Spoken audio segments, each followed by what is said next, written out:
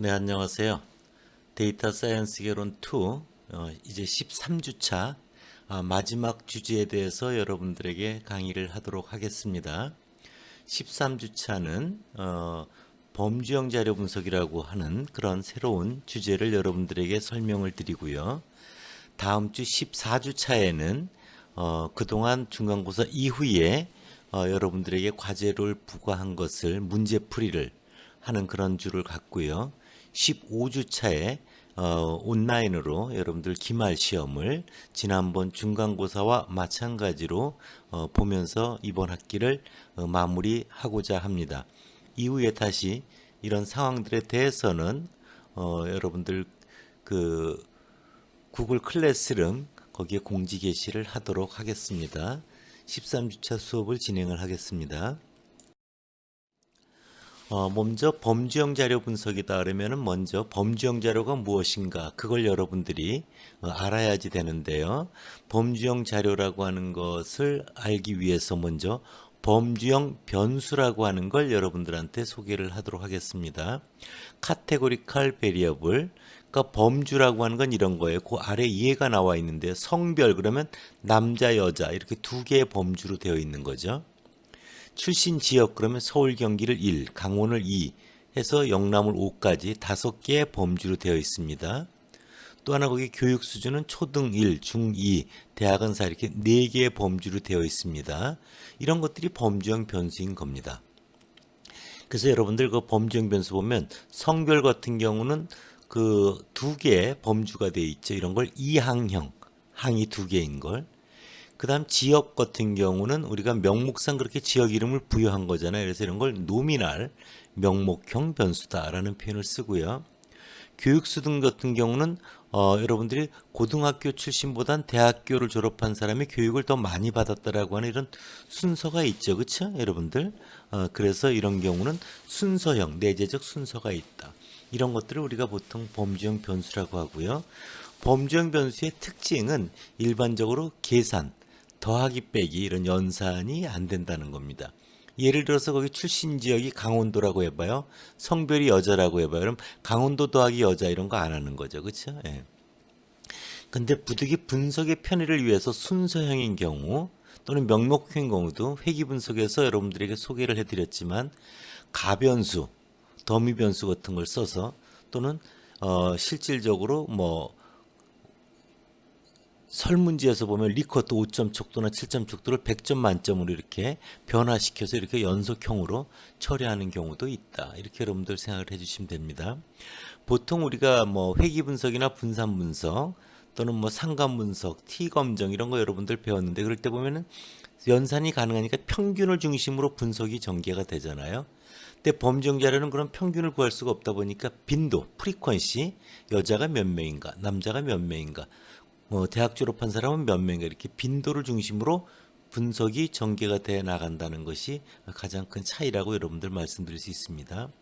이런 범주형 변수를 기준으로 범주형 자료는 무엇인가? 여러분들 분석을 하고자 하는데 성별, 지역, 교육 수준 이렇게 범주형 변수만 있어요. 그런 경우를 우리 범주형 자료라고 하고요. 또는 결과 변수가 되는 반응 변수가 되는 것이 예를 들어 사망이다 또는 생존이다. Y 변수가 제품을 구매했다 비구매했다. 제품이 불량이다 우량이다. 이렇게 반응 변수가 범주형인 경우 이런 경우를 범주형 자료라고 한다. 이렇게 여러분들 기억해 주시기 바랍니다. 다음 페이지로 가볼게요. 범주형 변수는 앞서 한 얘기를 조금 정리해 보면요. 보통 명목형, 노미널과 순서형, 오디널로 구분하는데 하나 더 이항형을 추가해서 보는 편이다. 명목형은 앞서 말씀드린 대로 범주사의 내재적인 순서가 인정되지 않는 경우에요. 우리나라 많은 조사에서는 직업 같은 경우 보통 7개 범주를 둬서 조사를 합니다. 순서형은 내재적 순서가 있는 경우죠. 매우 불만족, 불만족, 보통 만족, 매우 만족 같은 이런 5점 척도 이런 것들이죠. 그 다음 이항형이라고 하는 것은 앞서 얘기했던 대로 범주가 2개잖아요. 그래서 이런 경우는 명목형과 순서형을 구분하지 않는다. 어떤 정책에 있어서 찬성, 반대, 뭐 여부 이런 거죠. 한번 예를 가지고 살펴보도록 하겠습니다. 가로에 행이 있어요. 가로와 세로로 이제 교차표를 만드는데요. 가로 행은 플래시보는 이제 가짜약, 위약이죠. 테스트는 실험약입니다. 가로에 두 개 범주가 있고요. 열은 반응을 했는데 호전이 됐느냐 아니면 비호전이 됐느냐 이런 거죠. 이럴 경우 가로가 둘, 세로가 둘이죠. 범주가. 이럴 때 2 곱하기 2 교차표 이런 거죠. 그러니까 행, 가로와 처리와 열 반응, 아웃컴이 모두 이항형인 경우 보통 행과 열을 표를 만들 때 열에 해당되는 경우를 반응에 해당되는 걸 열에 두고 표를 만드는 게 기본적인 것이다. 주로 행은 사회 인과학적 변인, 그러니까 뭐 성별이라든지 소득이라든지 교육 수준이라든지 직업 이런 것들을 보통 행에 두고 표를 만든다. 두 번째 예는 행위 거주 지역이 4개 범주가 있어요. 열 지지 정당이 진보냐 또는 중도냐 또는 보수냐 이렇게 3개가 있을 땐 4 곱하기 3 교차표가 된다. 이럴 때 행과 열을 모두 명목형으로 볼 수도 있고 지지 정당을 진보, 중도, 보수를 순서형으로 생각할 수도 있다. 그래서 이런 어떻게 보느냐에 따라서 분석이 좀 달리 되는 것이 있다. 그것은 이후에 여러분들 다시 언급이 될 겁니다. 다음 페이지로 가볼게요. 이런 범주형 변수에 대해서는 그럼 통계적인 확률 분포는 어떤 걸 이용해서 우리가 유의확률 또는 P값이라고 하는 거죠. 그런 것들을 계산해 낼 것인가. 범주가 두 개인 경우는 무슨 분포? 이항 분포겠죠. 그렇죠? 예를 들어서 연령대가 20대, 30대, 40대, 50대, 60대 이상 그러면 범주가 5개죠. 연령대. 그럴 땐 5항 분포. 그래서 항이 그 여러 개 있는 그런 경우를 다항 분포라고 하는 거죠. 그래서 이런 범주형 변수 분포로는 항이 2개인 경우 이항 분포, 그 이외엔 다항 분포를 이용하여 우리가 알고 있는 정확하게 유의확률 P값을 계산할 수가 있다. 이렇게 여러분들 보면 됩니다. 그거에 해당되는 식이 슬라이드 4쪽에 나와 있는 겁니다. 다음 페이지로 갑니다. 여러분들 5쪽 슬라이드에서는 이런 걸 해봤죠.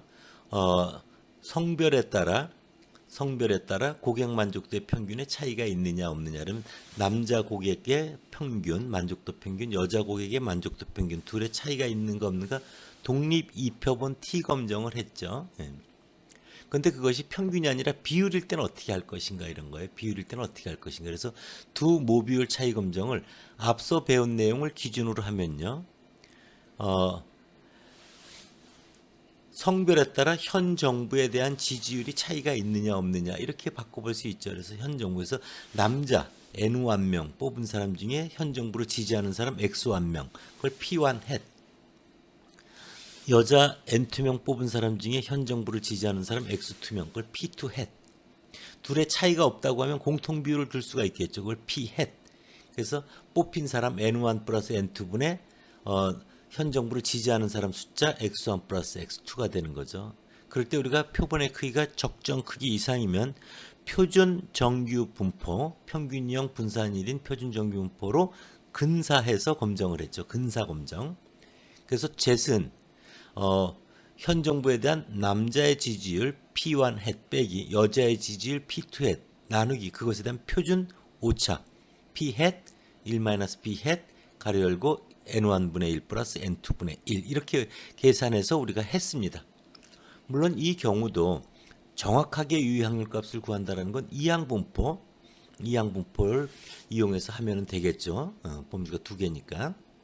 다음 페이지로 가볼게요. 예를 가지고 그대로 해볼게요. 현 정부에 대한 지지율이 남녀별로 성별에 따라 차이가 있는가를 알아보기 위해 조사를 해본 결과 임의로 뽑은 250명의 남자 중 그것이 N1 이꼬르 250명이죠. 110명이 현 정부를 지지한다. X1 이꼬르 110이죠. 200명의 성인 여자 중 그럼 N2 이꼬르 200입니다. X2 이꼬르 104명이 지지한다고 했으니까 X2 이꼬르 104명입니다. 이럴 때 성별에 따라 현 정부에 대한 지지율이 차이가 있는지 유의수준 5%에서 검증해보자. 이렇게 질문이 나왔어요. 그럼 앞에 5페이지에 나와 있는 슬라이드를 기준으로 표본 비율을 구해보면 P1 햇은 250분의 110명 0.440 44%의 지지율이죠. 여자는 P2 햇은 200명 중에 104명 52%의 지지율이죠. 두 성별에 따라 차이가 없다고 하면 차이가 없는 공통 비율은 전체 250명 더하기 200명 분의 110명 더하기 104에서 0.476이 나오죠. 앞서 근사적으로 표본의 크기가 충분히 크니 정규 근사 검정을 해보면 젯은 P1 햇 0.440 빼기 P2 햇 0.520 나누기 그것의 표준 오차 공통비율 0.476 가로 열고 1 빼기 0.476 하니까 0.524가 나와 있죠. 그 다음 가로 열고 N1분의 1 250분의 1 플러스 N2분의 1 200분의 1에서 1.69라고 하는 검정 통계량 값이 계산돼 나옵니다. 우리가 보통 유의 수준 5%면 양측 검정을 하면 마이너스 1.96에서 1.96이 95% 신뢰 구간이죠. 그러니까 마이너스 1.96보다 더 왼쪽 작은 것, 1.96보다 더 오른쪽 크면은 기각시키는 영역에 들어가죠. 기각시키는 영역에 들어가는데 그걸 넘어가지 못하고 있습니다. 그렇죠? 그래서 기각시키는 영역, 기무가설을 기각시키는 영역에 들어가지 않게 되죠. 그래서 기무가설을 기각시키지 못하니까 뭐야? 현 정부에 대한 지지율이 성별에 따라 차이가 있다고 말할 수는 없다. 그만한 근거는 충분히 되지 못한다. 이렇게 결론을 내린 겁니다. 다음 페이지로 갈게요. 이것을 SPSS를 이용해서 해보면요. 거기 비율 비교점 SAV라고 하는 데이터 파일을 이용해서 할 수 있는데요. 거기 보면은 가로에 남자 지지하는 사람 그 옆에 카운트라고 되어 있는 거거든요. 남자 중에 지지하지 않는 사람 뭐 140명, 여자 중에 지지하는 사람 104, 여자 중에 지지하지 않는 사람 96. 이렇게 이제 자료가 네 줄로 입력이 되어 있고요. 그래서 남자 중에 지지하는 사람 그 옆에 세 번째 열에 110이라고 되어 있는데 화면 때문에 안 보이는데요. 그 110은 자료가 한 줄이라고 해서 자료가 한 명이 아니라 110명이라고 하는 거를 알려줘야 되거든요. 그러기 위해서는 지금 앞에 보이는 화면 메뉴에서 데이터 메뉴를 누르면요. 왼쪽에서 파일 편집 보기 데이터 네 번째 줄에 있죠. 거기에 가중 케이스라고 하는 게 있거든요. 거기서 바로 세 번째 카운트라고 하는 걸 빈도 변수로 지정해주면 그거를 110명으로 읽힙니다. 그렇게 한 다음에 거기 분석 기술 통계량 교차 분석을 누르면요. 다음 페이지와 같은 화면이 나옵니다. 그래서 여러분들 거기 교차 분석에 보면은 행에 뭘 갖다 놨어요? 성별, 열에 뭘 갖다 놨어요? 응답을 갖다 놨죠. 그 다음에 우측에 있는 정확, 통계량, 셀, 이런 서식들을 눌러서 각각 필요한 것들을 지정할 수 있습니다. 정확하면은 거기에 이제 정확한 검정을 체크하면 이런 거죠. 이항 분포에 의해서 정확하게 유의확률 P값을 계산해 주세요. 팩토리얼 계산하는데 5분 이상 걸리면 스톱해 주세요. 이런 거고요. 그 다음 우측 위에 교차 분석 통계량에 보면 거기 표준 정규 분포 Z, 표준 정규 분포 Z를 제곱하면 카이 제곱 분포죠. 정의가.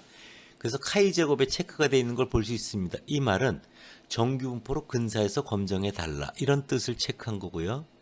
그 다음 교차 분석의 셀 출력은 반드시 실제 관측된 빈도 체크되어 있죠. 찍어주세요. 퍼센트에는 행 퍼센트에 체크되어 있죠. 이거는 반드시 표시해 줘야 됩니다. 그래서 행 퍼센트가 굉장히 중요하다. 나온 결과를 다음 페이지에서 한번 보여드릴게요. 그래서 결과를 한번 그쪽 화면을 보면요. 케이스 처리 요약이 나와 있고요. 먼저 그 아래를 교차표를 보세요. 가운데 있는 표. 가로의 성별에 남자가 있고 여자가 있죠. 세로의 응답에 지지하지 않음, 지지함 이렇게 되어 있죠. 그래서 남자 중에 지지하지 않는 사람 140명, 지지하는 사람 110명, 여자 중에 지지하지 않는 사람 96, 지지하는 사람 104명 이래 나와 있는 걸 볼 수 있고요.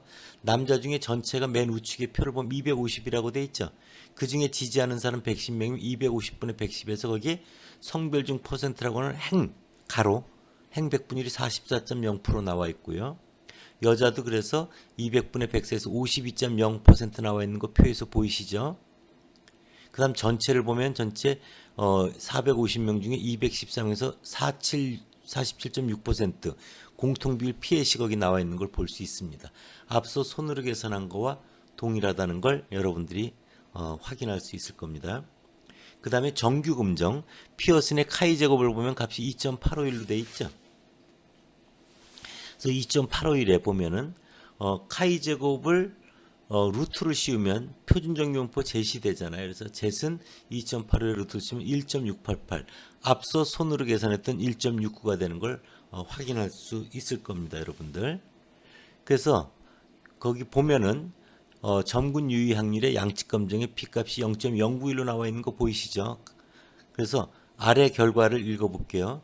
출력 결과를 살펴보면 카이 제곱 통계량의 값이 2.851이고 이에 대응하는 P값이 0.0913이므로 0.05보다 크죠. 그래서 선정부에 대한 지지율이 성별에 따라 차이가 있다라는 대립가설을 지지해 줄 수가 없는 거죠. 네. 그래서 차이가 있다고 말할 수는 없다. 그래서 기무가설을 기각할 수 없는 걸 볼 수 있고요. 이항분포에서 정확하게 계산한 P값도 보면 PC의 정확한 검정 보면 0.106으로 되어 있죠. 그래서 0.05보다 큽니다, 여러분들. 그래서 기무가설을 기각할 수 없다는 걸 역시 확인할 수가 있습니다. 다음 페이지로 갈게요. 또 하나 여러분들 비율 차이 검정에 대해서 여러분들 한 자료에 대해서 그 예전에 운동화의 밑창 합성수지 A와 B로 만든 것 또는 자동차 타이어의 마모 정도 그럴 때 그 사람의 운전 습관에 의해서 순수한 마모 차이를 구별하는데 혼란을 준다. 그래서 그 타이어의 마모된 정도를 차이를 보기 위해선 한 자동차에 대각선 2개는 한국 타이어, 나머지 2개는 금호 타이어를 끼워서 운전을 해서 짱내 차이를 비교해야 된다. 그런 걸 대응 T 검정이라고 얘기를 했죠. 이렇게 대응 표본의 경우는 그러면 대응 T 검정에 해당되는 비율 차이 검정은 어떻게 해결하면 되는가가 다시 또 여러분들한테 새롭게 시작되는 내용입니다. 슬라이드 10쪽을 보면 모비율 차이에 대한 검정에서 대응 표본의 경우 이렇게 되어 있는데요. 예를 들어서 과거에 이런 거죠. 과거에 여러분들 박근혜와 문재인 두 후보가 대선의 경쟁이 붙었을 때가 있어요. 그럴 때 이제 매주 그 지지율이 차이가 어떻게 나는가를 이렇게 계속 조사해서 언론에 발표되고 그랬죠. 그랬을 때 그 A라고 하는 게 예를 들어서 뭐 11월 첫째 주라고 해보세요. B가 11월 둘째 주라고 해보세요. 얘가 박근혜라고 해보세요. 아니오가 문재인이라고 해보세요. 문재인 후보라고 해보세요. 그러면 11월 첫째 주와 둘째 주에 박근혜 후보가 박근혜 후보로 얘가 얘로 그대로 유지된 게 N1만. 얘가 아니오로 바뀐 거. 박근혜 후보가 문재인 후보의 지지로 바뀐 경우 N1제로. 문재인이 박근혜로 바뀐 게 N01. 문재인 후보를 문재인 후보 그대로 둔 게 N00. 이렇게 대응해서 표본이 얻어질 수가 있죠. 이럴 때는 여러분들이 앞서 했던 그런 정균포 근사가 아니라 맥리마 카이제곱 검정이라고 하는 것이 개발되어 있거든요. 대응 표본에 대해서는 그래서 이런 맥리마 카이제곱 검정을 통해서 여러분들이 해결하는 것이 올바른 해결 방법이다. 이렇게 여러분들 생각하면 됩니다. 다음 페이지로 가볼게요. 이것을 SPSS를 이용해 보면 이렇게 됩니다. 거기 분석 메뉴 보이시죠? 그 다음에 거기 그래서 데이터를 보면 첫 번째 줄에 뭐예요? 1이 1로 유지된 거 63, 1이 2로 바뀐 게 4, 2가 1로 바뀐 게 21, 2가 2로 유지된 게 12 이런 거죠. 그렇죠? 마찬가지로 이 카운트는 11, 63은 63명의 자료라고 하는 걸 알려줘야 된다. 그래서 데이터 가중 케이스 메뉴를 이용해서 빈도 변수를 지정해 줘야 된다는 걸 꼭 기억해 두시고요. 분석 메뉴에서 기술 통계량 누르고 네 번째 교차 분석을 눌러보면요. 다음 페이지에 화면이 나옵니다. 그래서 교차 분석에 보면 가로에 뭐예요? 어떤 정책을 발표하기 이전, 세로는 열은 발표한 이후 이렇게 표시되어 있죠. 그 다음에 여러분들 거기 정확검정은 아까 동일하고요. 통계량에 보면은 거기 우측에 아래 보면은 네모 박스를 쳐놨는데 MCNE-MAR이라고 맥리마라고 표시되어 있는 거 보이죠? 거기다 체크하면 됩니다. 그러면 바로 이런 대응 표본에 대한 맥리마 카이제곱 검정을 해준다.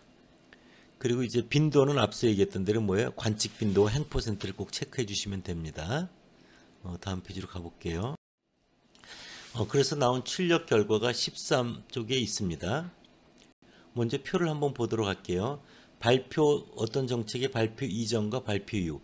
예스가 예스로 된 게 63이죠. 예스가 노우로 바뀐 게 4명, 노우가 예스로 바뀐 게 21명, 노우가 노우로 그대로 유지된 게 12명입니다. 그래서 발표 이전의 예스 비율은 맨 우측에 보면 67명이죠. 어떤 정책을 발표하기 이전에 예스의 비율은 67명, 전체 100명 중 67%인데요. 어떤 정책을 발표한 이후에 예수의 비율은 얼마야? 새로 발표 이후 예수 비율은 84명, 84%가 됐죠. 그래서 여러분들 이런 대응 표본에 있어서는 바로 이렇게 발표 이전의 예스의 비율과 발표 이후의 예스의 비율, 이런 주변 비율에 관심이 있다는 걸 여러분들 꼭 기억해 둘 필요가 있습니다. 그래서 중간에 보면 카이제곱 검정이나 맥리마 검정의 값, 유의확률 값을 보면 0.001이라고 돼 있죠. 0.05보다 굉장히 작죠. 그래서 통계적으로 이제 유의하다라는 걸 여러분들 확인할 수 있습니다. 다음 페이지로 가볼게요. 그래서 슬라이드 14쪽에 가보면은 결과를 잘 설명해 놨습니다. 맥리마 검증에 대한 정확한 유의확률이 0.001로서 정책을 발표하기 이전과 이후에 정부에 대한 지지율이 달라졌다고 말할 수 있다. 이런 거고요. 발표 이후의 지지율 84%가 발표 전의 지지율보다 높아졌다라는 걸 알 수 있는 거죠. 바로 앞서 이야기한 대로 주변 비율에 관심이 있는 것이다. 그 다음 이와 관련되는 관련성을 보는 계수가 있는데 이것은 여러분들이 1학년 과정에서는 아직 몰라도 됩니다. 이후에 필요할 때 다시 설명을 드리도록 하겠습니다.